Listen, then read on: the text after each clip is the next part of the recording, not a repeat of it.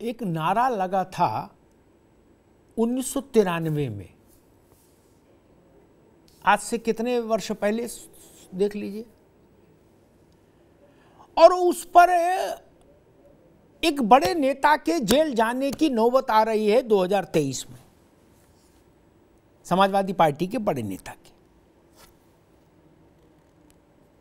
स्वामी प्रसाद मौर्य के खिलाफ मुकदमा दर्ज हो गया। मामला यहीं तक रहता तो शायद इतना बड़ा नहीं होता कि इस पर हम बहस करते आकर।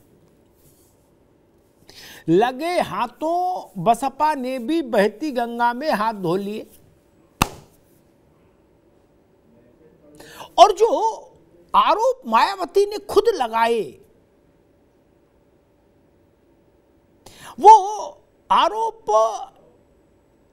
एक बड़ी बहस की डिमांड करते हैं।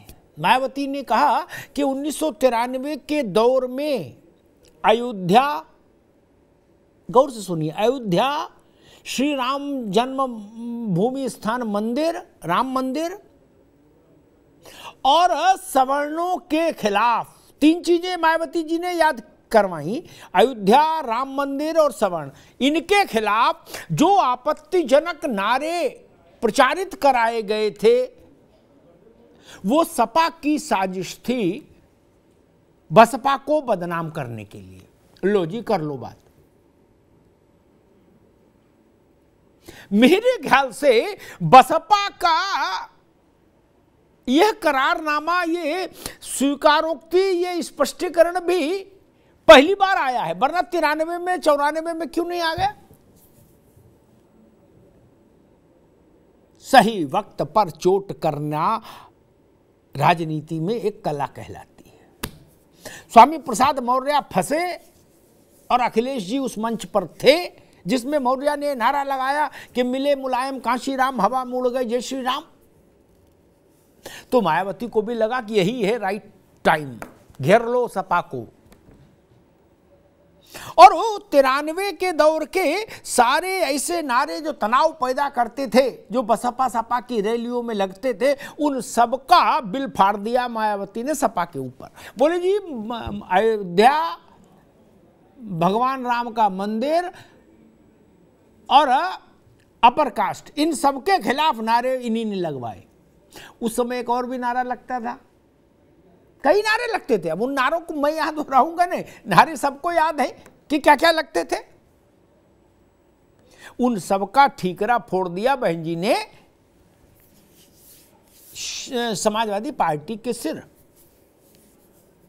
और आज का ही शुभ दिन चुना जब समाजवादी पार्टी के संस्थापक अखिलेश जी के पिता, उत्तर प्रदेश के कई दफा मुख्यमंत्री रहे, भारत के रक्षा मंत्री रहे, स्वर्गीय मुलायम सिंह यादव को मरणोपरांत पद्म विभूषण से सम्मानित कर रही हैं राष्ट्रपति। वो दिन चुना मायावती ने। उन्होंने कहा कि कांशीराम ने तो नेक नियति के साथ पिछड़े और दलितों की एकता को देखते हुए मुलायम सिंह को मुख्यमंत्री बनाया था, लेकिन मुलायम सिंह की नीयत खराब थी, पिछड़ों के, वो दलितों के खिलाफ थे, दलितों पर हमले करवाने वालों के साथ रहते थे। लो कर लो बात। आज के दिन मायावती जी ने 3 ट्वीट एक साथ ठोक दिए, कुछ भी बाकी नहीं रखा। दूसरी ओर स्वामी प्रसाद मौर्य की मुश्किलें बढ़ रही हैं। रामचरितमानस के विवाद से मौर्य अभी पूरी तरीके से बाहर नहीं आ पाए थे कि अखिलेश यादव की मौजूदगी में जो नारा उन्होंने लगवा दिया, वो नारा गले में अटक गया मौर्य के। अब जेल जाना छोटी चीज है राजनीतिक लोगों के लिए, लेकिन वोट का नुकसान हो जाए तो ज्यादा बड़ा नुकसान है। जेल में तो चलो महीना, 2 महीने, 4 महीने, 6 महीने बाद जमानत करा के आदमी बाहर आ ही जाएगा, लेकिन वोट का नुकसान हो जाए तो पूरा 5 साल खराब हो जाता है। मौर्य राम द्रोही है, मौर्य मानस द्रोही है, इस ढंग की एक धारणा उत्तर प्रदेश ने देश भर में बन रही है। और चूंकि समाजवादी पार्टी मौर्य को अप्रत्याशित रूप से आगे लेकर चल रही है और अखिलेश जी को लग रहा है कि दलितों को सपा से जोड़ने का काम मौर्य जी कर पाएंगे, केवल वही अपने कॉलेज में रायबरेली में कांशीराम जी की मूर्ति लगवाए, तो इसलिए भी शायद अखिलेश जी उनको आगे कर रहे हैं। लेकिन ना स्वामी प्रसाद मौर्य के कारण भगवान राम, गोस्वामी तुलसीदास कृत रामचरितमानस, इन सबके प्रति आस्था रखने वाले जो करोड़ों लोग हैं, मुझे लगता है वो समाजवादी पार्टी पर भी सवाल उठाएंगे। ये नारा सामान्य मौर्य जी अपनी जनसभा में लगा देते, उसका असर दूसरा होता। अखिलेश जी की मौजूदगी में लगा, इसलिए असर दूसरा है। अखिलेश जी समाजवादी पार्टी के मुखिया हैं, उसके सूत्रधार हैं, कर्ता धर्ता हैं। हवा में उड़ गए जय श्री राम, ये बात अभद्र है। कोई माई का लाल नेता इतना बड़ा हो सकता है कि जय भगवान राम को हवा में उड़ा दे? कोई पार्टी इतनी ताकतवर हो सकती है? कोई अलायंस इतना बड़ा? कैसी बात हो रही है? इसीलिए मौर्य के खिलाफ मुकदमा दर्ज हो गया। मायावती जो कह रही है वो राजनीतिक पैंतरेबाजी है। ठीक है, राजनीतिक दल है तो राजनीतिक पैंतरेबाजी करेंगे, लेकिन इसके साथ ये भी एक बड़ा सवाल खड़ा होता है कि भारत में भगवान राम के प्रति अमर्यादित और अपमानजनक शब्दों का प्रयोग करने के बाद क्या आप राजनीति कर सकते हैं? ये भी एक बड़ा सवाल है। अब लाख टक्के का सवाल ये है कि क्या बहन जी ने तिलक तराजू और तलवार वाला नारे का भी बिल सपा पे फाड़ दिया क्या? क्योंकि उन्होंने अपनी सदाशयता, अपनी प्रतिबद्धता, अपना सद्भाव जिन 3 मुद्दों के प्रति दिखाया है वो चौंकाता है। उन्होंने कहा अयोध्या, श्री राम मंदिर और अपर कास्ट। मायावती जी ऐसा कहें तो इसके नेतार्थ खोजे जाने चाहिए, समझे जाने चाहिए। मसला था 1993 का। नए लड़के तो नारा सुने भी नहीं, जाने भी नहीं कब किसने लगाया, और मुकदमा हो गया 2023 में है। और भगवान की कृपा रही तो मौर्य जी पे कार्रवाई हो ही जाएगी। लक्षण तो वैसे ही लग रहे हैं देख के, हैं कि इस बार मामला सलट जाएगा लग रहा।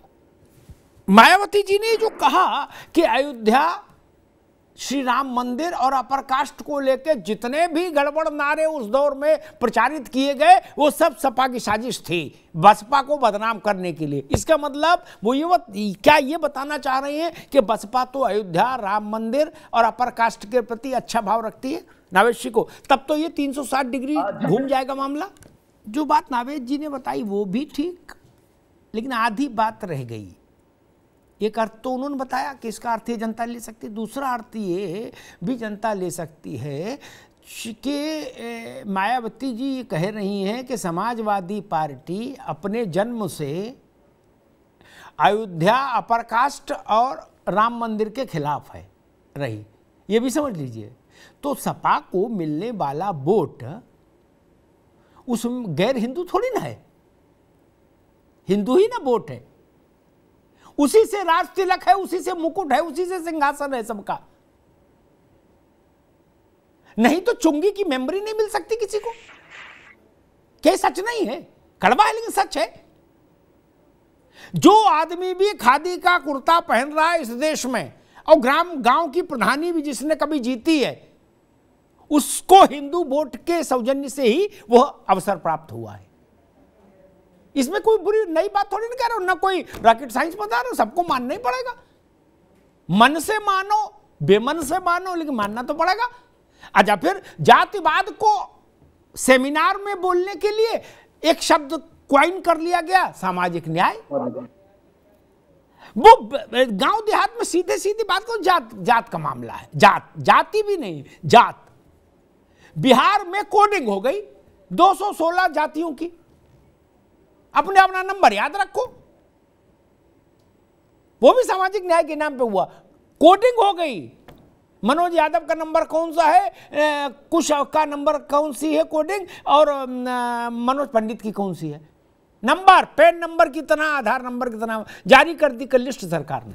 वो भी करे सामाजिक न्याय है। सामाजिक दृष्टि से ये जो इधर 3-4 दिन में जो घटनाएं घटी, समाजवादी पार्टी का कांशीराम जी की प्रतिमा का अनावरण, मौर्य जी का वो 1993 का नारा अचानक से अखिलेश यादव के मौजूदगी में पूरी ऊर्जा के साथ दोहरा देना, उनके खिलाफ मुकदमा हो जाना, और फिर मायावती जी का 1 2 3 खटाक खटाक खटाक 3 ट्वीट। कैसे देख रहे हैं इसको? ये होती है थेथरई। थेथरई जानते हैं? नीतीश जी ने हमसे एक बार कहा था कि बिहार में थेथरोलॉजी है, पूरी एक शास्त्र है नया, थेथरोलॉजी। कोई बड़ा नेता नारा लगाता है? नहीं। मुलायम सिंह नारा लगाते थे? नहीं। अटल जी नारा लगाते? नहीं। योगी जी नारा लगाते? नहीं। अखिलेश जी नारा लगाते? नहीं। बड़ा नेता भाषण देता है, नारा तो चिंटू ही लगाता है, लेकिन बड़े नेता की मौजूदगी में जो नारा लगता है, भले ही कोई भी छोटे से छोटा चिंटू लगाए, उसका बिल फटता है नेता के नाम, जो सबसे बड़ा नेता वहां बैठा होता है। कांशीराम ने कभी नहीं कहा तिलक तराजू ना। हमसे ज्यादा पत्रकार के तौर पर कांशीराम के उसमें कौन रहा होगा संपर्क में? कभी नहीं उन्होंने कहा किसी मंच से कि तिलक तराजू और तलवार। लेकिन हां, जब वो नारा लगता था तो वो मुस्कुरा देते थे। क्या कि उनको भी आनंद आता था कि चलो ठीक है, होने दो, थोड़ा चलने दो। इसलिए अखिलेश जी वहां विरोध नहीं किए, इसलिए बिल फट गया उनके नाम। स्वामी मौर्य के संदर्भ में एक बात कहूंगा, नेतराम के यहां मान लीजिए कोई लड़का काम करता है, मनोज यादव, वो दूसरे हलवाई के यहां गया, लखनऊ वाले नेतराम है, दूसरे हलवाई के यहां गया, बोला भैया हम ही तो बनाते हैं कचौड़ी, हम हट जाएंगे नेतराम बंद हो जाएंगे। नेतराम का क्या है, कचौड़ी तो हम बनाते हैं ना। और सब्जी गुड्डू बनाता, गुड्डू को भी ले आए हैं तोड़ के। क्या नए दुकान वाले ने सोचा गुरु अब असली मजा आ गया, नेतराम का ओरिजिनल आदमी तो अपने पास आ गया। वो पता लगा कढ़ाई धोता था वहां। क्या वो पता लगा कढ़ाई धोता था, है कुछ बना पाया नहीं, नेतराम का कुछ बिगड़ा नहीं, दुकान खुली और बंद हो गई। नहीं, मौर्य जी अभी तक कहीं इम्तिहान दिए नहीं, और 1-2 बार दिए, उसमें फेल हो गए। नहीं, इसलिए अभी जब तक कोई मौर्य जी बड़ा चमत्कार जनता के सामने न रख दे, तब तक आपको नहीं लगता कि मौर्य जी लायबिलिटी ज्यादा है, एसेट कम? ऐसे बयान देंगे, और मुकदमा तो एक छोटी चीज है, इसका परसेप्शन खराब जाता है ना, कि हवा मुड़ गई जय श्री राम। आज के वायुमंडल में ये नारा संकट पैदा कर देगा। नहीं, देखो है क्या, कुश की सेहत पे क्या फर्क, मनोज यादव की सेहत पे क्या फर्क, मनोज पंडित की सेहत पे क्या फर्क। बसपा डूब जाए तो कुश का जमीन नहीं चली जाएगी, सपा फिर हार जाए तो मनोज यादव का मकान नीलाम नहीं हो जाएगा, और भाजपा का अच्छा हो जाए बुरा हो जाए, मनोज पंडित का व्यक्तिगत नुकसान लाभ तो कुछ नहीं। इसलिए नेता, प्रवक्ता, कार्यकर्ता ऐसा बोल सकते हैं कि हमें परवाह नहीं। जो पार्टी चलाता है, जिसका जीवन दांव पर, मनोज जी रुक जाओ, जीवन दांव पर लगा होता है ना, उससे पूछो जाके। हमने उनसे पूछा है, उन लोगों से, क्या कि कहो भैया कैसी कट रही, अरे बोले भाई साहब छोड़ दो, बस पूछो मत, जो रखा था वो सब खर्च हो गया, बर्बाद हो गए, तबाह हो गए। पार्टी रोकना मुश्किल, नेताओं को रोकना मुश्किल, भगदड़ मची हुई है। अभी 5 साल पहले बसपा एक टर्म का सरकार चला ली होती 5 साल में, तो आगे 10 साल तक उसके पास एनर्जी रहती। वो हाल सपा का है। सपा का जो कार्यकर्ता है, जिसने कोल्ड स्टोरेज खोला हुआ है, वो तो जब पूछ रहा है ना कि भैया और कब तक रोजा रहेगा। नवैश्य को गलत तो नहीं कह रहा, वो तो पूछ रहा है रोजा और कब तक रखना है। वो ये नहीं कह रहा है वहां एटम, पूछो जाके रामेश्वर से जोगिंदर का जो स्थिति बनी है। रामेश्वर और जोगिंदर की जो स्थिति बनी, छोटे आदमी हैं, घर मकान सब ध्वस्त हो गया और 110 मुकदमे हो गए अब तक। उनसे पूछो कि फर्क है कि नहीं भैया, ये संकट है। मनोज पंडित जी, ये जो नया विवाद शुरू हुआ मौर्य जी और अखिलेश जी के मिलने से जय श्री राम पर, इसमें भारतीय जनता पार्टी भी अपने लिए कुछ मेरे ख्याल से उम्मीद की किरण तो जरूर देख रही होगी, कह रही होगी चलो गुरु है, अपने लिए भी कुछ इसमें बनेगा दाल दलिया। नवेश को एक बड़ा सवाल खड़ा होता है कि इस वक्त जब हर दिन अयोध्या में भगवान राम का मंदिर दिव्यता के साथ आकार ले रहा, हर दिन नया आकार ले रहा है, ठीक, इसी वर्ष वो प्रथम तल पूरा हो जाएगा, रामलला विराजमान हो जाएंगे 14 जनवरी को मकर संक्रांति पर, ठीक। उस वायुमंडल में ये हवा में उड़ गए वाला नारा आपको नहीं लगता थोड़ा ज्यादा हाई रिस्क मामला है? और जिस ढंग से मौर्य जी कूद कूद के बोलते हैं बिल्कुल मुट्ठी भींच के लगता है अभी बिल्कुल हाहाकार मचा देंगे मंच पे, कहीं तखत न टूट जाए, हैं? तो जो उनकी भाव मुद्रा है वो सब आपको नहीं लगता इस वक्त हाई रिस्क प्रयोग है, एक्सपेरिमेंट? एक लाइन कह दूं, नावेद भाई ने बोला मायावती की पार्टी का नुकसान उसका अनुमान लगाने में दिमाग मत लगाओ कोई, नावेद बाबू, वो किसको लेके डूब जाएंगे उसका पता करो। आप समझ रहे हैं ना मेरी बात? 13% वोट जीत के लिए हो सकता है बहुत कम हो, लेकिन हराने के लिए बहुत ज्यादा है, मोर देन एनफ, जिसको अंग्रेजी में बोलते हैं 13%, है ना? और जिन जिन लोगों को इस बात पर संदेह है वो 2017 के उत्तर प्रदेश चुनाव को देख ले, विधानसभा को 100 सीटें बीजेपी ने वो जीती जहां सपा और बसपा दोनों के मुस्लिम उम्मीदवार थे। इसलिए ध्यान रखना चाहिए मायावती जी की जीतने की बात कहां हो रही, लेकिन वो हराने की के लिए वो हो सकती है। खैर, कुछ अंबेडकरवादी, कोई वाद हो, समाजवाद हो, अंबेडकरवाद हो, पूंजीवाद हो, कोई बात हो, मैं उस बहस में नहीं पढ़ रहा, कोई बात हो, सुधा जी भी हमारे साथ जुड़ गए, उनका भी बहुत स्वागत है। लेकिन जो भी पार्टी नेता राम के विरुद्ध दिखाई दिया है, नहीं है, मैं उस बहस में भी नहीं जाता है, उसका बोरिया बिस्तर जरूर बंद गया, कोई पार्टी हो, कोई नेता हो। उन्होंने कहा, मुझे याद है जब सपा में आए थे स्वामी मौर्य, तो उन्होंने भाषण दिया था अखिलेश जी की मौजूदगी में कि मैं बसपा के साथ जुड़ा तो मैंने मायावती को मुख्यमंत्री बनवा दिया। अब बताइए, इस बात पर हंसा ही जा सकता है? या तबीयत खराब हो तो रो सकते हैं या हंस सकते हैं, और तो कुछ नहीं कर सकते। मायावती को स्वामी मौर्य मुख्यमंत्री बनवाएंगे?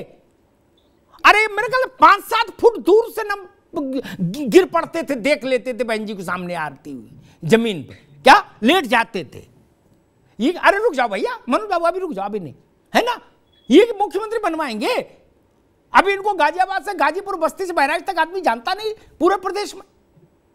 दूसरा, उन्होंने कहा कि हम भाजपा के साथ गए तो भाजपा को बनवा दिया। अब बताइए, इस पर कौन विश्वास करेगा सिवाय हंसने के, और जोर जोर से हंसने के। हंसते हंसते आदमी छत पे चढ़ जाएगा। और कहा अब हम इधर आ गए, अब अखिलेश जी को बनवाएंगे। क्या रिजल्ट आया? क्या भाजपा की सत्ता चली गई स्वामी मौर्य के इधर आने से? भाजपा की सत्ता चली गई होती तो स्वामी मौर्य का सिक्का जम गया होता। अब पता लग गया कि ये नेतराम के यहां कचौड़ी नहीं बनाते थे, ये पता लग गया कि नेतराम के यहां कचौड़ी नहीं बनाते थे। भगवान का नाम लो, कचौड़ी बनाने वाला दूसरा है, क्योंकि नेतराम की दुकान तो वैसे ही चल रही, लाइन से मिल रही सुबह कचौड़ी नंबर लगा।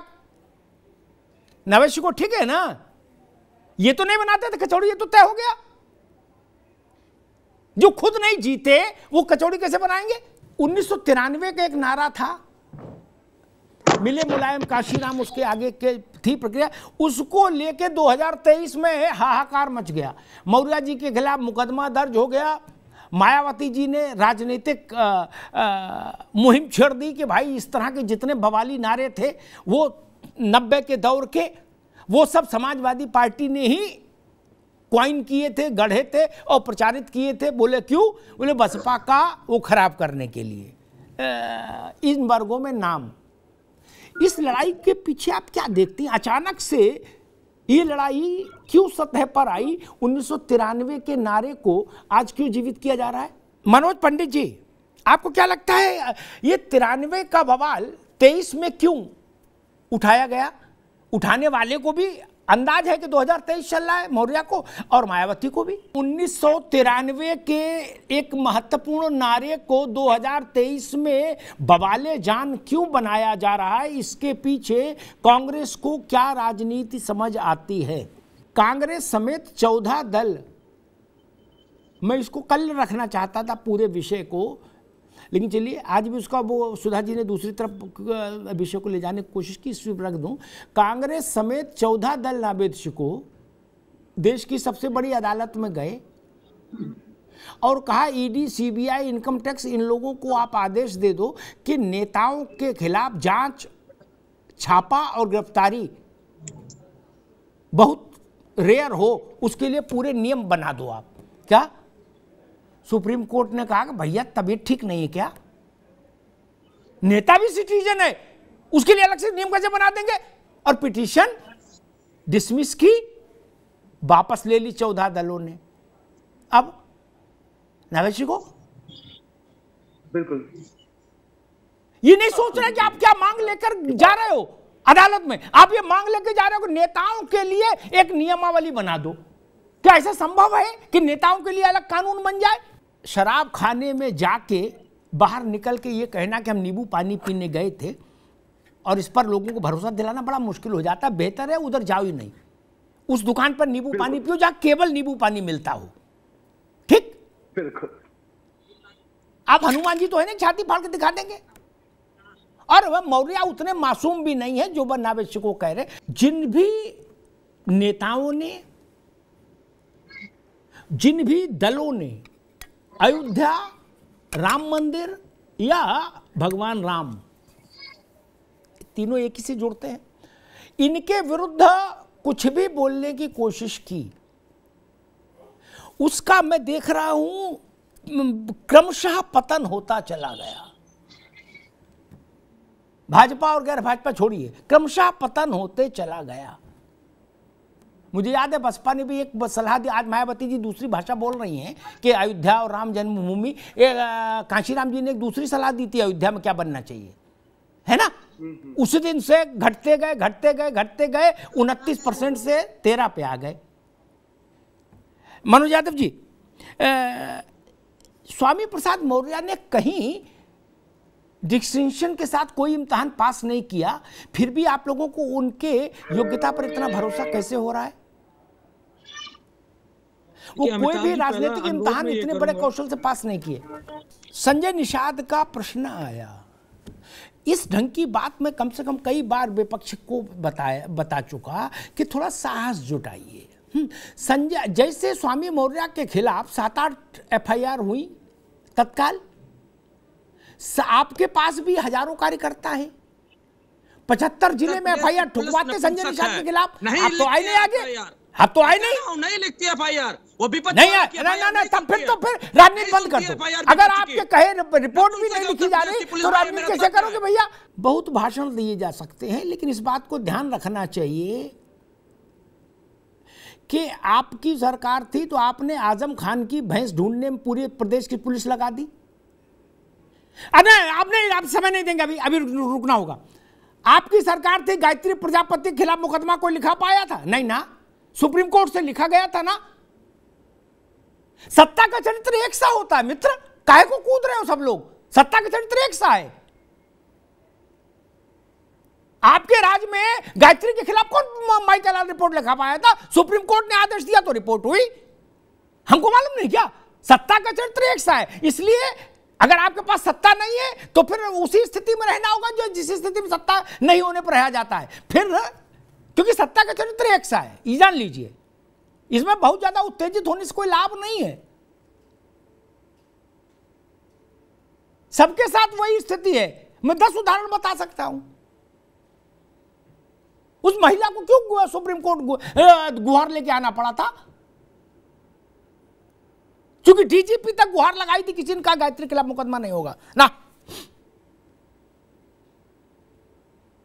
तो ये तो झेलना पड़ेगा, स्वाभाविक। जब सत्ता से हटेंगे तो आप सामान्य व्यक्ति हो जाएंगे फिर, जैसे दूसरे थे जब आप सत्ता में थे। इसमें काहे को नाराजगी कर रहे हो? ये तो मानकर चलिए ऐसे रहेगा। सुधा मिश्रा जी, क्या आपको लगता है कि उत्तर प्रदेश की राजनीति और आपका जो केंद्रीय मुद्दा है कांग्रेस का अडानी, और जो उत्तर प्रदेश की राजनीति जमीन पर जिन विषयों पर, जिन मुद्दों पर आबद्ध है, गुथी हुई है, उसमें बहुत जमीन आसमान का अंतर है?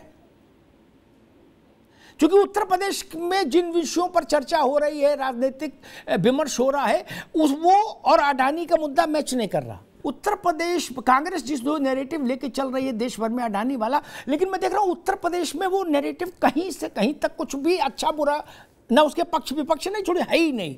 जैसे यहाँ मसला है भाजपा का जो अपना नैरेटिव है, वो यहाँ मसला है जाति जनगणना जो सपा का मेन नैरेटिव है, स्वामी मौर्य का ने एक नैरेटिव बनाया, बसपा का एक नैरेटिव है। वो मोटे तौर पर राष्ट्रवाद और जातीय समीकरण इसके इर्द गिर्द घूमता है। उसका आप नाम कुछ भी दे दीजिए, लेकिन जो राहुल गांधी का एजेंडा है वो उत्तर प्रदेश में कहीं नहीं दिखाई दे रहा। कुछ बाबू, मैं नावेशिकों के पास आ रहा हूँ अब। एक बात कुछ को कह के, ताकि आगे वो इस तथ्य को जरूर ध्यान, क्योंकि तथ्य पवित्र होते हैं। इंटरप्रिटेशन जालसाजी का हो सकता है, लेकिन तथ्य तो तथ्य होता है। उन्होंने कहा कि भाई पंडित जी को, भाजपा को, सपा को कोई दलित जाटव क्यों वोट देगा? दलित कहो चाहे जाटव कहो, चूंकि पूरे दलितों का आधा हिस्सा लगभग जाटव है ना उसमें। तो सबसे बड़ा कॉन्स्टिट्यूएंस भारत के दलित समुदाय में जाटव है। अब मसला आता है हिंदुस्तान में भर में जितने भी स्तर के चुनाव हैं उन सबका एनालिसिस कर लीजिए, डाटा एनालिसिस कर लीजिए। भारतीय जनता पार्टी को सर्वाधिक दलित वोट मिल रहा है। ठीक, ये मेरे कहने से नहीं मानिए ना, कुछ बाबू अभी नहीं, ठीक ना। जो लिखत पढ़त में है वो मैं बता रहा। ठीक, सबसे ज्यादा एमपी उनके दलित जीते, सबसे ज्यादा एमएलए उनके जीते, इसलिए इस तर्क में बहुत जान अब नहीं बची। और जो बात नवेश को, रुको भाई, रुको दादा नावेद, उत्तर प्रदेश के सिलसिले में जो बात कुछ कह रहे हैं कि जब तक दलित को अपना नेता नहीं मिलेगा, अव्वल तो कोई भी जात इस बात की प्रतीक्षा नहीं करती जब तक, एक मिनट रुकिए, कि जब तक हमारा नेता पैदा नहीं होगा तब तक हम घर से नहीं निकलेंगे। ऐसा नहीं होता। 21% यादव वोट चला गया भाजपा में, क्योंकि सरकार नहीं बन रही 2 बार से। आप समझ रहे हैं ना? मायावती जी का 29% वोट, ये 13 कैसे रह गया अगर दलित वहीं ठहरा हुआ था कि नहीं हम नए अवतार की प्रतीक्षा करेंगे? नावेश को, अखिलेश जी अगर किसी चीज के लिए निकले बाहर तो वो राजनीतिक मुद्दे के लिए नहीं निकले, सामाजिक मुद्दे के लिए भी नहीं निकले, वो एक व्यक्ति विशेष के लिए निकले। मैं उस नाम में नहीं पढ़ता। क्या पैदल चल के गए डीजीपी के ऑफिस, बोले बोला भाई सबको कौन है अधिकारी क्या है? जो नावेद ने उसका पूरा डिस्क्रिप्शन बता ही दिया, कैसा हंगामा मच गया था, और जो आपने चाहा वो सब व्यवस्थाएं हो गई। क्या आपके निकलने का असर पड़ा? लेकिन अगर आप, अब मेरी बात समझिए, अगर आप भगवान राम के सम्मान के विरुद्ध निषाद की टिप्पणी के लिए पैदल निकलते और जाते डीजीपी के यहां और कहते मैं बैठा हूं, या एफआईआर लिखनी होगी, तब मजा बनता। लिखते नहीं लिखते आपका सिक्का चल जाता, लिखते तो भी चल जाता और नहीं लिखते तो भी आपके गले में माला पड़ जाती। लेकिन आप निकले किसके लिए? एक व्यक्ति, वो खुश हो जाएगा मान लो तो क्या दे देगा? और नाराज हो जाएगा तो क्या ले लेगा, एक व्यक्ति कोई हो, मान लो मनोज यादव के लिए सारी ताकत लगा दे तो एक व्यक्ति क्या लाभ हानि। पार्टियों को मुद्दों के लिए ताकत लगानी चाहिए ना। अब मायावती आकाश आनंद के लिए सड़क पर उतर जाए, बोले भाई आकाश आनंद, तो उससे क्या लाभ, कुछ नहीं। ननकू के लिए उतरना पड़ेगा तब ना वोट मिलेगा। आकाश तो आकाश है ही। इसलिए ये कहना कि वो मलाई चाट रहा है, ये मलाई चाट रहा है, अरे ठीक मलाई चाट रहे, बड़ा गलत काम उनने किया तो आप पैदल निकल जाते, बैठ जाते डीजीपी मुख्यालय के बाहर, कहते मैं यहीं अनशन पे हूं जब तक भगवान राम के खिलाफ, सम्मान के खिलाफ बात करने वाले को मुकदमा नहीं लिखा दूंगा, मानूंगा नहीं। क्या मैं देखता? नहीं निकले ना, वही चूक गए। फिर वहां तो आप गए नहीं भगवान के लिए लड़ने, राम के लिए। स्वामी मौर्य को और साथ खड़ा कर लिया, बोले तुम यहां मंच पर कूदो। ये तो राजनीतिक समझदारी खुद में पैदा करनी होगी पार्टियों को। इसके लिए कोई दूसरा कोचिंग स्कूल तो खोलेगा नहीं, और ना ये उम्मीद आप भाजपा से कर सकते हो जो आपकी प्रतिस्पर्धी पार्टी है कि वो आपको ऐसे अवसर दे और बताए। नहीं ना। क्या समाजवादी पार्टी नहीं कर सकती थी कि पूरे प्रदेश भर में कहती जेल भरो आंदोलन करेंगे जब तक कि भगवान राम के सम्मान में ऐसी अनर्गल टिप्पणी करने वाला आदमी के खिलाफ मुकदमा और निर्णायक कार्रवाई नहीं होती। बोले पूरे हर प्रदेश हर जिले में जेल भरेंगे, कर सकते थे आप, आपका चेहरा सुरखरू हो जाता। लेकिन नहीं, साहस तो जुटाना होगा ना मित्र। इंदिरा गांधी भरे बरसात में घुटनों तक पानी, रात का अंधेरा, सब पूरी दिल्ली में बिजली नहीं आती थी, बिहार तो छोड़ दो, बेलछी में हाथी पर बैठकर गई ना तो ना रिजल्ट आया, तिहाड़ गई तो ना रिजल्ट आया। संघर्ष से डरिएगा तो रिजल्ट नहीं आएगा। टीवी से रिजल्ट कहां आता? टीवी से रिजल्ट आता होता तब तो जय हो जाती। ओवैसी से अच्छा भाषण कौन देता है? लेकिन सीमित है ना जहां तक है। अगर टीवी से रिजल्ट आता होता तो ओवैसी भारत में आधी सीटें जीत ली होते लोकसभा की, बहुत अच्छा भाषण देते हैं, लेकिन नहीं आता ना रिजल्ट। मायावती में फिर भी इतना मानता हूं कि भाई ठीक है, वो सार्वजनिक राजनीतिक गतिविधियों से निष्क्रिय रहती हैं, उनके पास जो कोर से भी कोर बचा है वो बचा है, बात खत्म हो गई। वो उतनी से अपना खेल चला रही है तो इसमें दूसरे को क्या आपत्ति। पहले 10 तरह की मिठाई रखते थे हम नैवेद्य, है ना, मेरी मर्जी मेरी दुकान, मैंने कहा बूंदी के लड्डू बाकी सब हटा दिए। क्या 3 किलो बनाता हूं दिन में, बस चौथे ग्राहक आ जाए हाँ जोड़ लूंगा। तो बसपा उस स्थिति में आ गई, अब कोई मिठाई नहीं भैया, मैं बूंदी के लड्डू बेचना है। क्या फिर भी अभी आने वाले 5 चुनावों तक, लिख लेना मेरी बात मनोज यादव आप भी, 5 चुनावों तक बसपा प्रासंगिक रहेगी, जीतने के लिए नहीं, ये जान लीजिए। कभी बैठेगा तो एक बार हम बताएंगे कि हमसे एक बार कांशीराम जी ने क्या कहा था इसी प्रश्न पर। और इनको कुछ जैसे जो नौजवान है इनको अभी नहीं पता होगा क्योंकि तो अभी सीख ही रहे चीजें। जब मैं कांशीराम जी के पास बैठा था तो कांग्रेस के 2 बड़े नेता आए, मैंने कहा मुझे जाने दो, बोले नहीं बैठो, आपको क्या फर्क पड़ रहा, आपको पहचानते तो नहीं, मैंने नहीं, तो बोले बैठो। वो किस लिए आए थे मालूम मनोज यादव, और कुछ आप भी समझ लो, ठीक ना। ये वादी होने से काम नहीं चलता है, ये वादी आदि टीबी और विजिटिंग कार्ड के लिए ठीक है। राजनीति तो सिर्फ राजनीति होती है, वो किसी वाद से नहीं होती। क्या राजनीति का अलग वाद है, ये गांठ बांध लेना, है ना। समाजवाद, लोकवाद, फलानवाद, ढिकानवाद, राष्ट्रवाद, कुछ बात नहीं, राजनीति सबसे अलग है। तो उन लोगों ने कहा कि मध्य प्रदेश बटा नहीं था, उन्होंने कहा कि हम राजीव जी चाहते हैं कि मध्य प्रदेश में आप 50 कैंडिडेट लड़ा दो। कांशीराम जी ने क्या कहा वो मैं अभी नहीं बताऊंगा या टीवी पर। क्या उन्होंने कहा ठीक है, हमारी ये शर्तें हैं, आप ओके करके आओ, बात करके फिर बताते हैं। तब भी उनकी पूछ थी, मनोज जी, बहुत पुरानी बात बता रहा हूं, तब भी उनकी पूंछ थी। और कौन आए थे? भजन लाल और सतीश शर्मा। मनोज यादव, सुधा मिश्रा, अमिताभ अग्निहोत्री, ऐसे लोग नहीं, भजन लाल और सतीश शर्मा। उतने बड़े लोग आए थे सिर्फ इसलिए कि हरवाने के लिए लड़वा दो।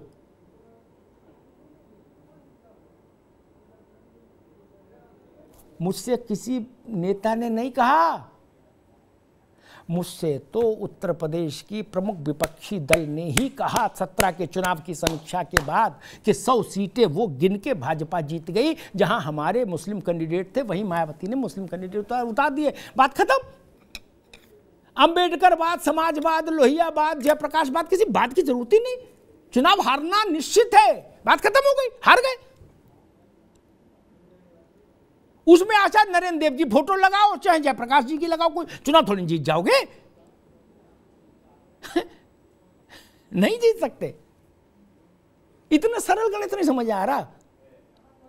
दूसरी बात आती है कि भाजपा के साथी भी ऐसा कह रहे हैं या भाजपा भी ऐसा कहती है, कुछ विषयों पर आता है। मैं एक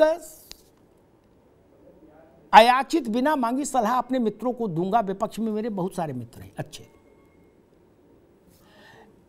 आपके पास कंठ है अपना केवल, ठीक। नावेद शिकोह के पास मान लीजिए एम्पलीफायर है, माइक है, लाउड स्पीकर है, क्या? तो आपकी बात और नावेद शिकोह की बात की गूंज में अंतर रहेगा ना। इस बात को क्यों नहीं स्वीकार करते? नहीं करते तो मेरी शुभकामनाएं आपके साथ, फिर करिए जो करना है, क्या? और झूठ का रोना बंद करिए, झूठ का रोना बंद करिए। एक ने कहा, साधु ने पूछा कि वणिक तुम्हारी नाव में क्या है? सत्यनारायण कथा कहती है। उन्होंने कहा लता पत्रा है। उन्होंने कहा तथास्तु, लता पत्रा ही हो गए। अब रोते फिरे, बोले बचाओ बाबा। ऐसा मत कहें सब लोग कि जी कहीं कोई सुनवाई नहीं, बोलने पर प्रतिबंध, मार्शल लॉ लगे। नहीं जी, ये बात बोल के जब आप बता पा रहे हो इसका मतलब प्रतिबंध नहीं है अभी। राहुल जी अगर खरी खोटी सुना के ये कह रहे हैं कि भारत में लोकतंत्र खत्म हो गया, इसका मतलब खत्म नहीं, खत्म हो जाता तो वो बोल ही नहीं पाते, क्या? जनता ही नहीं समझती, जनता भी समझती भैया। अब रामेश्वर और जोगिंदर हाईकोर्ट गए, हाईकोर्ट ने भी डबल मोहर मार दी, बोले नहीं इनका ये जमीन जायदाद गड़बड़ है, तुरंत बुलडोजर गिराओ। ये जनता नहीं जानती कि आप कोर्ट गए थे, वहां राहत नहीं मिली, इसका मतलब मामला केवल भाजपा का नहीं, आपने भी कुछ गड़बड़ की। आज की पिटीशन में मालूम कौन प्लीड कर रहा था? मनोज भाई, अभिषेक मनु सिंघवी, छोटे आदमी है, लेकिन चीफ जस्टिस ने उनसे कहा कि कैसे संभव है कि नेताओं के लिए अलग रास्ता दे दूं? बोले हाँ, बोले ठीक है हम वापस ले ले। क्यों गए थे वहां? अब ये भी मैं बोलूं तो बुरा बन जाऊं विपक्ष का, लोग कहेंगे अमिताभ जी विपक्ष को बोलते हैं। ये कॉमन सेंस नहीं था। कोई अदालत ऐसा कह सकती है कि नेताओं के लिए अलग कानून हो जाएगा आईपीसी में? नहीं ना। राज्यपाल और राष्ट्रपति के अलावा किसी को लिबर्टी नहीं है बाबा। आप लोग इतने इतने साल सरकारों में, आपको समझ नहीं आई? 14 लोगों ने दस्तखत किए थे पार्टी के अध्यक्षों ने, सारे वादी थे उसमें। सुप्रीम कोर्ट की आज से क्या चेहरा खराब नहीं हुआ? हुआ ना। देश की जनता क्या मैसेज लाएगी कि नहीं ईडी के अब भाजपा को लाभ मिलेगा तो आपको उलझन होगी। अब कल से भाजपा ये कहना शुरू करेगी कि अगर ईडी सीबीआई गलत कर रही होती तो कोर्ट इनको राहत नहीं दे देता। अब क्या, तब क्या बोलिएगा? अर्जी तो आप ही वापस लेके आए हैं। और अंत में मैं कहूंगा, आप राम के साथ खड़े नहीं हो सकते, वहां तक क्षम्य है। राम के खिलाफ खड़े दिखेंगे, हैं कि नहीं है मैं बहस में नहीं पड़ता, दिखेंगे तो नुकसान तय है। अंबेडकरवादी हो, लोहियावादी हो, कोई वादी हो, ये जान लीजिए। मायावती की भी पार्टी का जो आदमी चुनाव लड़ता है वो भी दायरे में रह के चुनाव लड़ता है ना।